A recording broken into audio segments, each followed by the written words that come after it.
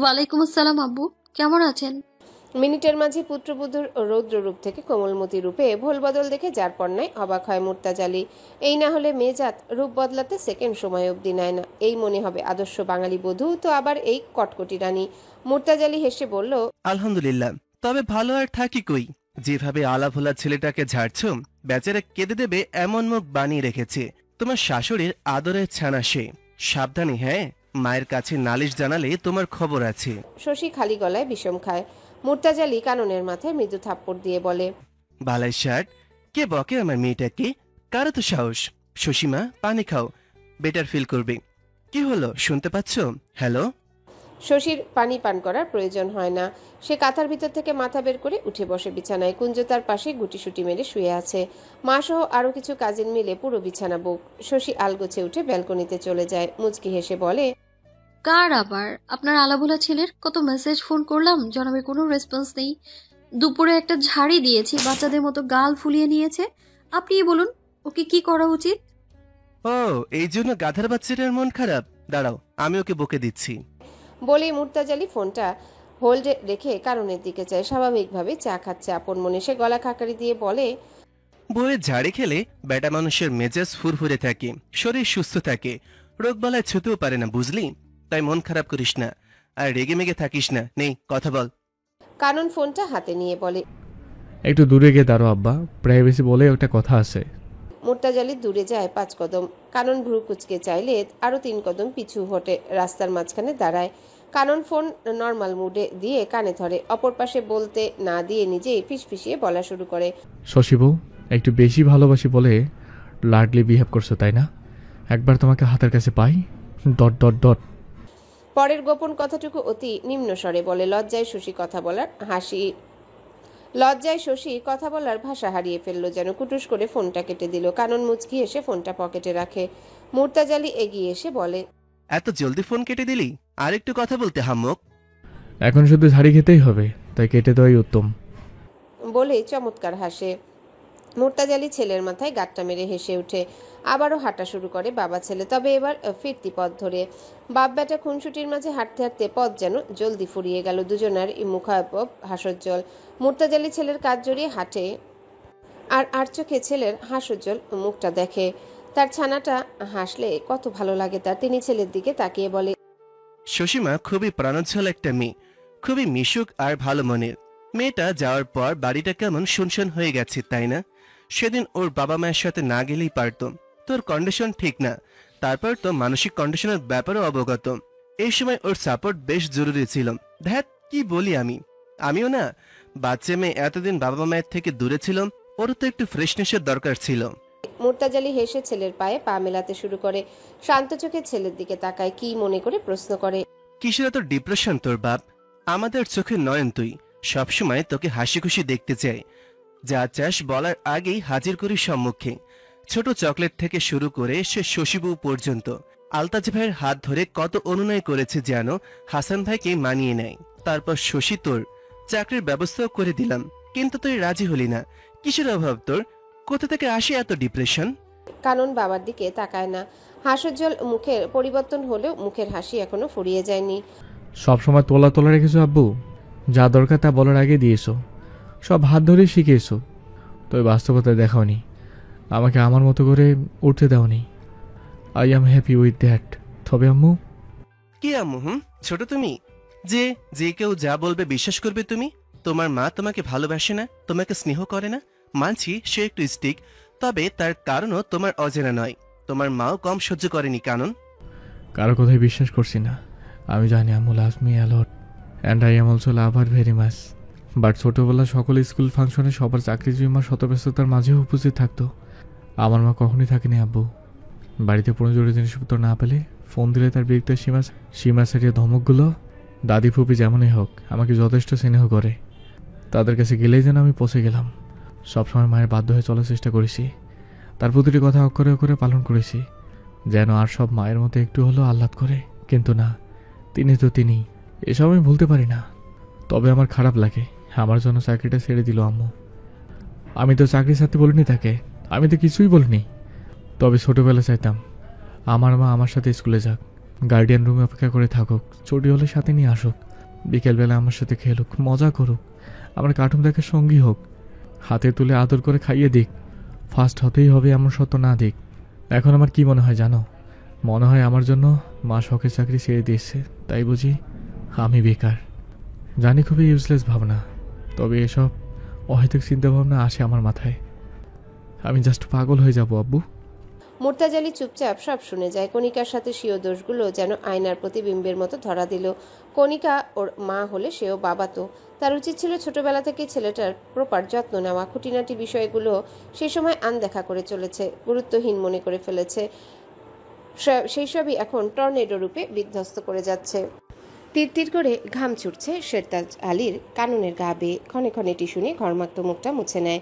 AC রুমেও এরকম ঘেমে যাওয়া মোটেই স্বাভাবিক নয়, তার উপর গরমকাল সেভাবে তার স্বরূপ দেখায়নি, তবুও ঘামছে সে এক আকাশসম অস্বস্তিতে। গলা শুকিয়ে আসে তার। সামনের বড় কাচের টেবিলে গ্লাস ভর্তি পানি থাকা সত্ত্বেও পানি পান করতে তার জড়তা কাজ করে। বর্তমানে সে এক প্রাইভেট কোম্পানিতে ইন্টারভিউ দিচ্ছে। সে সবের উত্তর ঠিকভাবেই দিচ্ছে, তবুও কেন জানে না নার্ভাসনেসে তার ঘাম ছুটছে, কেমন আত্মবিশ্বাস হারাচ্ছে ক্ষণে ক্ষণে। তবুও কানন নিজেকে স্বাভাবিক রেখে সবগুলো প্রশ্নের উত্তর দেওয়ার চেষ্টা করে। মাঝে মাঝে দুই একটা প্রশ্নের তার ছিঁড়ে গেলেও বলা চলে ভালোই হয় ইন্টারভিউ।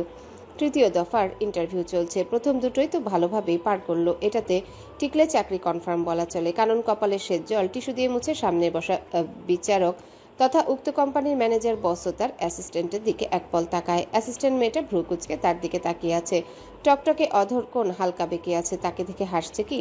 কানন স্বীয় চুলের ভাঁজে হাত গলিয়ে দেয়। বেশ বড় হয়েছে, আর একটু হলে কাঁধ পর্যন্ত পৌঁছাবে। মেয়েটা কি তার চুল দেখে হাসছে? কেননা মেয়েটার চুলগুলো তার মতো ছোট ছোট। কানন জড়তা কাটিয়ে টেবিল থেকে পানির গ্লাসটা তুলে ঢকঢক করে পুরোটাই সাবার করে টিস্যু দিয়ে মুখ মুছতে থাকে।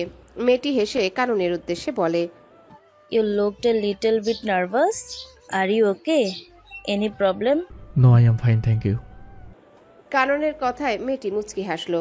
নাম তার শম্পা, দেখতে মোটামুটি সুন্দরী বলা চলে। কারণ আর কিছু প্রশ্নের জবাব দিলে ম্যানেজার ভদ্রলোক মুচকি হেসে বলে, You can go now. If you are qualified, you will call Will later. কারণ সালাম জানিয়ে স্ক্র্যাচে ভর দিয়ে বেরিয়ে আসে আস্তে ধীরে। রুমের বাইরে আরো কিছু চাকরি প্রার্থীরা আগ্রহী চোখে তার দিকে তাকায়। কানন সকলের দিকে এক পল চায়। অল্প সময়ে প্রায় সবার সাথে কথা হয়েছে, সবাই বেশ মিশুক, সাথে মজার। তারা এক প্রকার হুমড়ি খেয়ে পড়ে ভেতরে কি কি জিজ্ঞাসা করলো তা জানতে। কারণ আর চোখে দরজার সম্মুখে দাঁড়ানো পিয়নকে ইশারা করলে সবাই চুপটি করে যায়। পরবর্তী প্রার্থী ভেতরে গেলে কানন সবার সাথে টুকটাক আলাপ চালায় অতি নিম্ন স্বরে। এরই মাঝে চেনা পরিচিত ডাকে কানন পাশে তাকায়। মায়ের প্রশ্নাত্মক চাহনির প্রেক্ষিতে মুচকি হেসে স্বল্প পরিচিত বন্ধুদের সাথে বিদায় নিয়ে মায়ের দিকে এগিয়ে আসে। কণিকা বেগম এগিয়ে এসে ছেলের বাহু আঁকড়ে ধরে বলে, কেমন হলো ইন্টারভিউ? বলতে পারছি না আম্মু, মনে হয় এবারও শেষে পিছলে গেলাম। কানন হাঁটতে হাঁটতে মুচকি হেসে ফেলে। কণিকা বেগমের মুখায়ব বরাবরের মতোই গম্ভীর। নিজের উপর বিশ্বাস নেই? ছোটবেলায় তো বলতে ফার্স্ট হওয়া ঠেকায় কে? আমি যার ছোট্টটি নেই। কণিকা বেগম শান্ত চোখে ছেলের দিকে তাকে স্মিত হেসে হাঁটা দেয়। মা ছেলে বেরিয়ে আসে অফিস থেকে। পার্কিং লটে দাঁড়িয়ে থাকা ড্রাইভারকে ইশারা করতে এই রোডে গাড়ি বের করে আনে। গাড়িতে উঠতে ব্যস্ত রাস্তায় আপন গতিতে চলছে গাড়ি। চারিদিকে শুধু ব্যস্ততা। ট্রাফিক সিগন্যালে গাড়ি থামে। গাড়ির গ্লাসে মাথা ঠেকে উদাসী স্বপ্ন বুনে কণিকা বেগম। এলোমেলো দৃষ্টি রাস্তার ব্যস্ত মানব মানবীতে আটকে। তাদের ভিড়ে যেন নিজেকে খোঁজার আপ্রাণ চেষ্টা।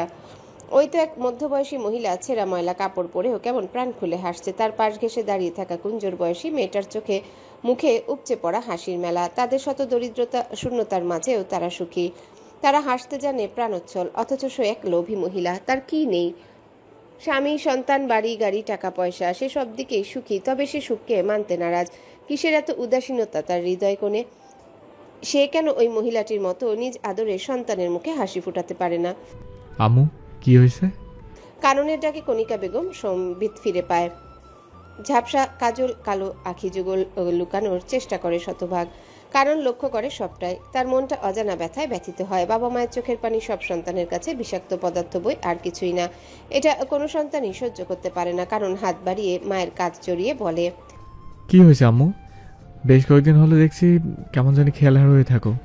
কণিকা বেগম সজল চোখে মুচকি হাসলো। জল চিকচিক চোখ জোড়া ভারী সুন্দর লাগে হাসলে। কণিকা বেগম খানিকক্ষণ চুপ থেকে হঠাৎই উদাসীন সুরে আওড়ায়, আমায় ক্ষমা করিস আব্বা, তোর শখের ছোটবেলা দিতে না পারায়। তবে আমার প্রতি অভিমানের খাতাটা সবসময় খুলে রাখিস আব্বা। কারণ স্থবির বনে যায় ক্ষণপলের জন্যে। কি বলবে ভেবে পায় না, কথাটা পালিয়ে বেড়ায় কণ্ঠনালী থেকে। মায়ের উপর অভিযোগ করা যায় কখনো? সে ঢোক গিলে কোনো মতে বলল, কি বলছো আম্মু? I love you, you are my happiness. আর কিছুই বলা হয় না কাননের। কণিকা বেগম স্মিত হেসে ছেলের কাঁধে মাথা এলিয়ে চোখ বুজে নেয়। অজান্তেই দীর্ঘশ্বাস বেরিয়ে আসে ভেতর থেকে। গাড়ি থেকে নেমে এই গেট পেরিয়ে তাজমহলে প্রবেশ করতে কানন ও কণিকা বেগম কুলসুম বেগমের মুখোমুখি হয়। বৃদ্ধা বাড়ির আঙিনায় চেয়ার পেতে বসে। সে একা নয়, আরো কিছু বয়স্ক মহিলাদের সাথে আলাপচারিতায় ব্যস্ত ছিল। ফারিন প্রতিবেশী কিছু মেয়ের সাথে খেলছে। কুলসুম বেগম কাননকে দেখে পানি পিক ফেলে টকটকে লাল অধর নাড়িয়ে বলে, মুরব্বি কেমন হইলো ইন্টারভিউ? আলহামদুলিল্লাহ। কাননের ছোট্ট জবাব। কুলসুম বেগম তার সঙ্গীদের দিকে পাড়িয়ে বলে, আমার মুরব্বিটার জন্য দোয়া করিস তোরা। হ্যার বেরেন টেরেন সব ভালো। মানুষের কোন জোরে ছেলেটা চাকরি হইতেছে না, তবে হইয়া যাইব ইনশাল্লাহ। কানন পা বাড়ায় চলে যাওয়ার জন্য। কণিকা বেগম চুপচাপ ছেলের বাহু আঁকড়ে ধরে সাহায্য করে। সিঁড়ির কয়েক ধাপ পা বাড়াতে কুলসুম বেগম পেছন থেকে কণিকা বেগমকে উদ্দেশ্য করে বলে, ছোট বউ, পোলাডার একটু যত্ন আত্মি কইরো। তুমি তো আবার নিজের ছাড়া আর কাউরেই চোখকে দেখো না। সব সময় নিজ সাজসজ্জায় ব্যস্ত, যেন দিন দিন বয়স কমতেছে। ছোট নাতিন কতদিন হলো অন্যের বাড়ি পইরা আছে, আনার নাম গন্ধও নাই। দায়িত্ব থেকে পালাইতে পারলে যেন বাঁচো। বলি, তাইলে জন্ম দিছিলা কেন? অতি শখে।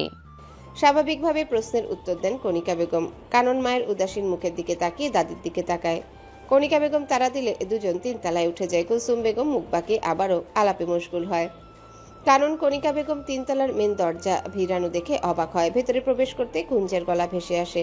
গলা চড়িয়ে গান গাইছে দুষ্টু কোকিল ডাকে রে কুকুকু। কণিকা বেগম কাননকে ছেড়ে এগিয়ে যায়। ওই তো ডাইনিং এর পাশটায় দাঁড়িয়ে নাচছে আর গাইছে। কুঞ্জ। হঠাৎ মায়ের ডাকে কুঞ্জ নাচ থামিয়ে দিল। কাচুমাচু মুখে মায়ের দিকে তাকায়। একটু লজ্জাও পায়, কিভাবে নাচছিল সে।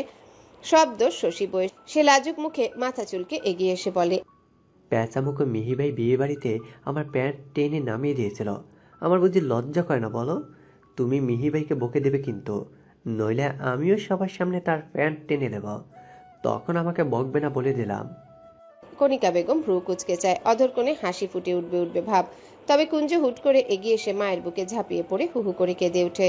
তার তাৎক্ষণিক কাদায় কণিকা বেগম ব্যতিব্যস্ত হয়ে ওঠে। কাঁদছে কেন বাচ্চাটা? কি হয়েছে আব্বা? কাঁদছো কেন? আমি কি বকেছি? কুঞ্জকে কোলে তুলে কোমল সুরে বলে কণিকা বেগম। কুঞ্জ গাল মুছে চোখ ডোলে নাবোধক মাথা নাড়ল। মায়ের গলা জড়িয়ে গুনগুন করে কাঁদতে থাকে। কণিকা বেগম এটা ওটা জিজ্ঞাসা করে, তবে কিছুই বলে না কুঞ্জ। কানন সোফায় বসে গলা উঁচিয়ে বলে, পুচু এতদিন দূরে ছিল আমাদের থেকে, তাই হঠাৎ দেখেই ইমোশনাল হয়ে গেছে। সব নাটক বুঝতে পারছো না। তুমি আসতে বলেছো, কতবার আনতে গেল, তবুও আসনি। তাই ভেবেছে বকা দেবে, আগে কেটে নিল যেন আর বকা না খেতে হয়। কুঞ্জর কান্নার গতি থেমে যায়। মায়ের গলায় মুখ লুকিয়ে নাক টেনে টেনে ক্রন্দনরত সুরে বলে, ভাই মিথ্যে বলেছে। তোমাকে দেখেই পেট থেকে কান্না লাফ দিয়ে বেরিয়ে গেল। আমার কি দোষ? কণিকা বেগম হেসে ওঠেন ছেলের কথায়। কুঞ্জকে কোলে রেখে সোফায় বসে ভেজা গাল চোখ মুছে দিয়ে গালে মুখে চুমু দেয় দুটো। প্রথমবার এতদিন মায়ের থেকে দূরে ছিল। ছোট্ট কুঞ্জ কিভাবে থেকেছে জানে না, তবে তার মাতৃমন প্রতিটা ক্ষণে চিন্তায় ছিল। তার দুষ্টু মিষ্টি ছেলেটা অন্যের দোরগোড়ায় কেমন ছিল কে জানে। এতদিন মায়ের কথা মনে পড়েনি? মাকে দেখে ভেবা করে কেঁদে দিল পুচু। ছিছি, কি লজ্জা!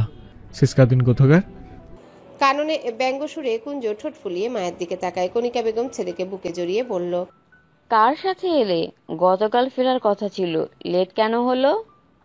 কুঞ্জ পিটপিট করে তাকিয়ে কিচেনের দিকে ইশারা করে বলল, শশীবউ অসুস্থ হয়েছিল, তাই দেরি হয়েছে।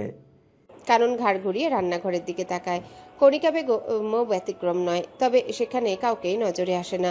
তবে কিচেনের পাশে ফাঁকা লনে কারো কায়া নজর কাড়ে। নারিকা এগিয়ে আসে হাসুজ্জ্বল মুখে। ধূসর রাঙা শাড়িতে মুড়ে শশী বউ, আঁচল ও কোমরে বাঁধা। হাতের ট্রেতে শরবতের গ্লাস টেবিলে রেখে শাশুড়ির উদ্দেশ্যে সালাম দিয়ে নমনীয় সুরে বলে, কেমন আছেন আম্মা? সে কেমন আছো? কারণ চোরা চোখে তাকায় শশীর দিকে। ওই হাসি মাখা আদলে ভরসা করতে ইচ্ছা করে না। নিশ্চয়ই মেয়েটা মনে মনে তাকে তুলোধুনো করছে। কানন মৃদু কেশে নড়ে চড়ে বসলো। কণিকা বেগম ভ্রু কুঁচকে শশীর কথার পৃষ্ঠে বলে, আলহামদুলিল্লাহ। অসুস্থ হয়েছিলে, মাথা চক্কর দিয়েছিল, বমিটিং ভাইব। সিরিয়ালে বউদের মতো সুসংবাদ দিবে না তো যে ঘরে নতুন অতিথি আসছে? শশী ফ্যাল করে চায় শাশুড়ির দিকে। তার সাথে মশকরা চলছে। সেদিন ফোনে কিভাবে ঝাড়ি দিল সে আহ্লাদ দেখায়, যা ওনার বিরক্তির কারণ। এখন এসব কি চলছে? সে তো মায়ের ঝাড়িটারি খেয়ে পণ করেছিল লক্ষ্মীমন্তর বৌমা হয়ে থাকবে, লাইক আ গোপী বউ। কিন্তু তার জিভ লক লক করে কথা বলার জন্য, শাশুড়ি মায়ের কথার জবাব দেওয়ার জন্য সে নিজ লাভসের সাথে যুদ্ধ করে বলেই ফেলে, সেরকম কিছু না, তবে আপনারা বাচ্চার জন্য এতটা উদ্গ্রীব হলেও আই হ্যাভ নো প্রবলেম আম্মা। বাচ্চা কাচ্চা আমিও বেশ পছন্দ করি, তবে হাগুমতো কিন্তু নানি দাদিরাই পরিষ্কার করে। আচ্ছা, তাহলে কথা সেটাই, একজোড়া নাতনি আনলেই হবে, বাকিটা আমি সামলে নেব, চিন্তা করিও না শশী বউ। কণিকা বেগমের স্বাভাবিক প্রতি উত্তর। শশীও কম নাকি? শাশুড়ির দিকে শরবতের গ্লাস বাড়িয়ে দিয়ে বলে, পরে আবার পোল্ট্রি খাবেন না তো? পরে আমার আলাভোলা বাচ্চা দুটোকে কে সামলাবে? কণিকা বেগম শান্ত চোখে চায়। শশীর অঙ্গনে লজ্জারা টানা না মেললেও খানিক লজ্জা পাওয়ার ভান করে, নইলে দেখা যাবে শাশুমা নির্লজ্জ ভেবে বসে আছে। কানন বিস্ফোরিত চোখে মা আর বউ নামক রমণীর দিকে তাকায়। কি সুন্দরভাবে সবটা পরিকল্পনা করে গেল। তার ইচ্ছে করছে এখান থেকে ছুটে পালিয়ে যেতে। ভাঙাচোরা পায়ের জন্য পালাতেও পারছে না। সে ঠোঁটে ঠোঁট চেপে চুপটি করে বসে থাকে। লজ্জায় কান ভারী হয়ে আসছে যেন। শশী মাথা বাঁকিয়ে তাকায় শেষ সাহেবের দিকে। কণিকা বেগম শশীর চাহনি লক্ষ্য করে নিজেও তাকায়। কানন যেন অস্বস্তির সাগরে ডুবে গেল। এতটা অস্বস্তি ভাইবা বোর্ডে হয়নি বোধ হয়। সে বিরক্তিকর কণ্ঠে বলে, আচার্য, আমার দিকে দেখাচ্ছ কেন? তোমাদের বউ শশীর মধ্যে আমাকে টানবে না, খবরদার। কণিকা বেগম হুট করে হেসে উঠল খিলখিলিয়ে। তার প্রাণ খোলা হাসি যেন বাঁধন ছুটে যায়। চোখের কোণে জল জমে উঠে। শশীও মুচকি হাসে। কানন মায়ের দিকে তাকিয়ে মনে হলো কত জনম পরে মায়ের মুখে সত্যিকারের হাসি ফুটে উঠল। কুঞ্জ অবুজের মতো ফ্যাল করে সবাইকে অবলোকন করে বলে ওঠে, শিরিন বউয়ের মতো শশী বউয়েরও বাবু হবে, দুটো বাবু। এবার শশী বোধ করি একটু লজ্জা পেল। কণিকা বেগম হাসি থামিয়ে দিল। ছেলেকে পাশে বসিয়ে দিয়ে বলে, না হয়েছে এখন, ইনি ঢাক ঢোল পিটিয়ে পুরো এলাকায় মাইকিং করলো বলে। শশী কানন কুঞ্জের দিকে তাকালে কুঞ্জ দাঁত দেখিয়ে হেসে বলে, কাউকে বলবে না, সত্যি করে বলছি। কাকে কি বলবি না? জেল ছাড়া বাদর। কানন বিপদ সংকেত বুঝতে পেরে ভাইয়ের মুখ বন্ধ করে দরজায় দাঁড়িয়ে থাকা মিহিরের পানে তাকায়। কুঞ্জ মুখ থেকে কাননের হাত সরানোর চেষ্টা করে, তবে পারে না। মিহির এগিয়ে আসে তার সাথে শিরিন, ফারদিন ও পারভিন বেগম। শশী উঠে দাঁড়িয়ে মাথার ঘোমটায় ভালোভাবে ঢেকে নেয়। মুচকি হেসে বলে, আসুন বসুন ভাইয়া। মিহির এগিয়ে এসে কুঞ্জ মাথায় টোকা দিয়ে সোফায় বসলো। শশীর দিকে তাকিয়ে রসিকতার সুরে বলে, বাহ বাহ, দারুণ তো। আমাদের বাড়িতে আমাদের মেহমানের মতো ট্রিট করছো শশী। শশী কাচুমাচু মুখে শাশুড়ির দিকে তাকায়। পারভিন বেগম হেসে এগিয়ে এসে শশীর পাশে দাঁড়িয়ে বলে, শশী বউ, সে তুমি যতই পর ভাবো, আমরা কিন্তু আপনই ভাবে। আমার কি সব বলছেন? আমি তো এমনিতেই বললাম বসতে। টিপিক্যাল শাশুড়িদের মতো এখন এমন কথায় কথায় খুঁত ধরবেন নাকি? শশী আমতা আমতা করে বলল। কণিকা বেগম চোখে শাসায় শশীকে। এই মেয়ের সব কথাতে জবাব দিতেই হবে, মুখটা একটু বন্ধ রাখতে জানে না। পারভিন বেগম ভ্রু কুচকে চায়, পরপরই হেসে বলে, সে তো ধরতেই হবে, না হলে শাশুড়ি হওয়ার ফিল আসবে কোথা থেকে? তোর বোনের থেকে জেনে নিতে পারো শাশুড়ি হিসেবে আমি আসলে কেমন। আপু কি বলবে আমি শশী ঢাক ঢোল পিটিয়ে বলবো আপনার মতো সুইট কিউট রসমালাই শাশুড়ি ঘরে ঘরে হোক? আপনার মতো সুইট শাশুড়ি বাংলার ঘরে ঘরে থাকলে বউয়েরা নির্যাতিত হওয়া তো দূরের কথা, রাজরানী হয়ে থাকবে। শশীর কথায় পারভিন বেগম হাসে। প্রশংসার ঝুলি তার বেশ পছন্দ হলো বই কি। শিরিন বোনকে চোখ রাঙায়। এই মেয়ের এত চাপাবাজি আসে কোথা থেকে কে জানে। সে বিরক্ত হলেও চাচি শাশুড়িকে দেখে শয়তানি হেসে বোনের উদ্দেশ্যে বলে, ছোট আমার মতো শাশুড়ি হলে কোনো সমস্যা শশী? কণিকা বেগম ছেলের বইয়ের দিকে তাকায়। এই মেয়ে এক নম্বরের ফাজিল। শশী বোনের দিকে তাকায় কটমট চোখে। এই বোন নাকি বিভীষণ। সে শাশুড়ির দিকে তাকিয়ে হেসে বলে, আমার শাশুমার কথা আর কি বলবো, তিনি এত মিষ্টি যে চিনিও হিংসে করবে। তবে আমি চাই না তার মতো শাশুড়ি ঘরে ঘরে হোক। সে শুধু শশীর শাশুড়ি হয়েই থাকুক। বলেই শশী ভাবে একটু বেশি হয়ে গেল না? শাশুড়ি মা কি তার পামে ফুলবেন নাকি আহ্লাদ ভেবে বিরক্ত হবেন? কণিকা বেগম বিরক্ত চোখে তাকায়। পারভিন হেসে শশীর কান টেনে বলে, আমাদের শান্তশিষ্ট ছেলের আত্মতুষ্ট বউ।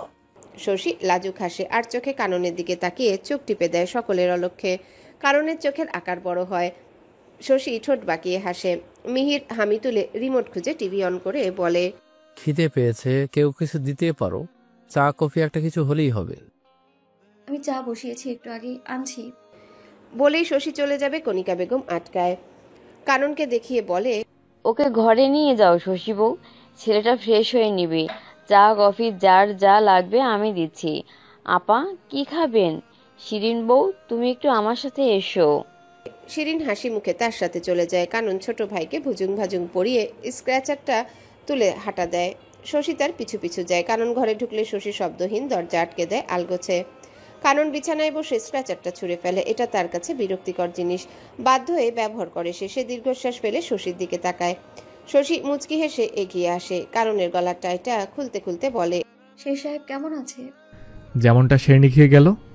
ফটাফট জবাব কাননের। নয়নে নয়নে মিলন ঘটে। শশী সাথে সাথে নজর সরিয়ে নিলেও কাননের মুগ্ধতায় আচ্ছাদিত চাহনি ওই শ্যামল মুখ জুড়ে নিবদ্ধ। তৃষ্ণার্ত চোখ যুগ্ম যেন পলক ফেলতো ভুলে যায়। হাহাকারে ভরপুর হৃদয়খানি একটু একটু করে যেন স্বস্তির স্পন্দনে নৃত্য করে। শশী খেয়াল করে সবই। টাই খুলে রেখে ওই সম্মোহনী চোখ জোড়ার উপর হাত রেখে বলে, শুরু হয়ে গেল তোমার, তাই না?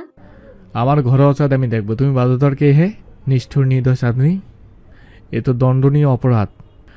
উক্ত অপরাধে দোষী ঠাউরিয়ে তুমি চাঁদকে এই বুক পকেটে আটকে রাখা হোক।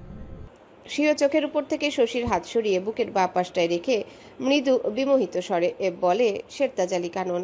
শশী শান্ত চোখে চায়। কাননের মুঠো থেকে নিজ হাত টেনে শার্টের বোতাম খুলে উন্মুক্ত বুকের বাঁ পাশে হাত রেখে হৃদস্পন্দন অনুভব করে। ধকধক শব্দ যেন তার তনু মনে চেনা পরিচিত শিহরণ জাগিয়ে তোলে। শশী তৎক্ষণাৎ হাত সরিয়ে নেয়। মুখোমুখি হয়ে কাননের নাকে নাক ঘষে বলে, শুধু মন ভোলানো কথাবার্তা তোমার। ইন্টারভিউ কেমন হলো? হয়েছে কোনো রকম। আমি তো যথেষ্ট চেষ্টা করেছি। সব আল্লাহ তাআলার হাতে। সেখানে রুজি লেখা থাকলে হবে। হয়ে যাবে ইনশাআল্লাহ। কারণের শান্ত সুরের প্রেক্ষিতে শশী আশ্বাস দেয়। সাথে উপরওয়ালার কাছে ফরিয়াদ পাঠায় যেন এই লোকটার দিকে তার কৃপা দৃষ্টি দেখায়। শশী বাবরি চুলে হাত চালালে কানন আবেশে চোখ বুজে নেয়। ফিসফিসিয়ে বলে, খুব ঘুম পাচ্ছে শশী বউ, চলো একটু ঘুমাই। তো ঘুমাও, মানা করেছে কে? কানন শান্ত চোখে চায়। তার শান্ত চাহনিতে শশী শাসিয়ে বলে, তোমার সাথে তো আমার বোঝাপড়া আছে শের। কত বড় সাহস, আমার ফোন কেটে দাও। আবার আমি ফোন করি তাও রিসিভ করো না। ওসব নিয়ে পরে কথা হবে। Now I am tired. একটু এনার্জি ট্রান্সফার করো শশী বউ। কারণের গলায় স্পষ্ট দুষ্টুমি সুর। শশী ভ্রু কুচকে চায়, তবে কুণ্ঠাবোধ করে না। কপল জোড়ায় হাত রেখে কপালে গালে পরপর বেশ কয়েকবার অধর ছুঁয়ে দেয়। কানন জড়িয়ে নেয় বাঁধনে।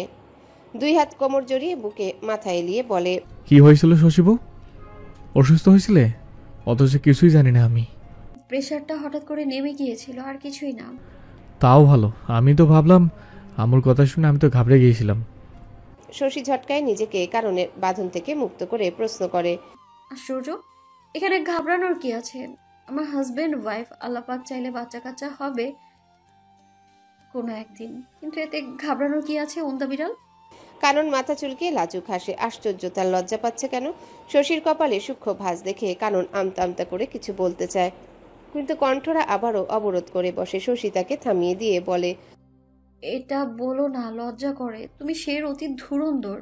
উপরে সাধু সন্ন্যাসী, ভেতরে আস্ত খাটাস একটা লোক। সেদিন ফোনে কি বলেছিলে? কানন মুখখানা বিবর্ণ দেখায়। সেদিনের কথা আজ কেন উঠছে? অতীত অতীতেই থাক না। টানা হিচড়ে করে তাকে বাঁশবাগানের মালিক বানানোর ধান্দা। সে অপরাধী ভঙ্গিতে মিনমিনে গলায় বলল, পাস্ট ইজ পাস্ট। ওসব টেনে কি হবে বলো তো?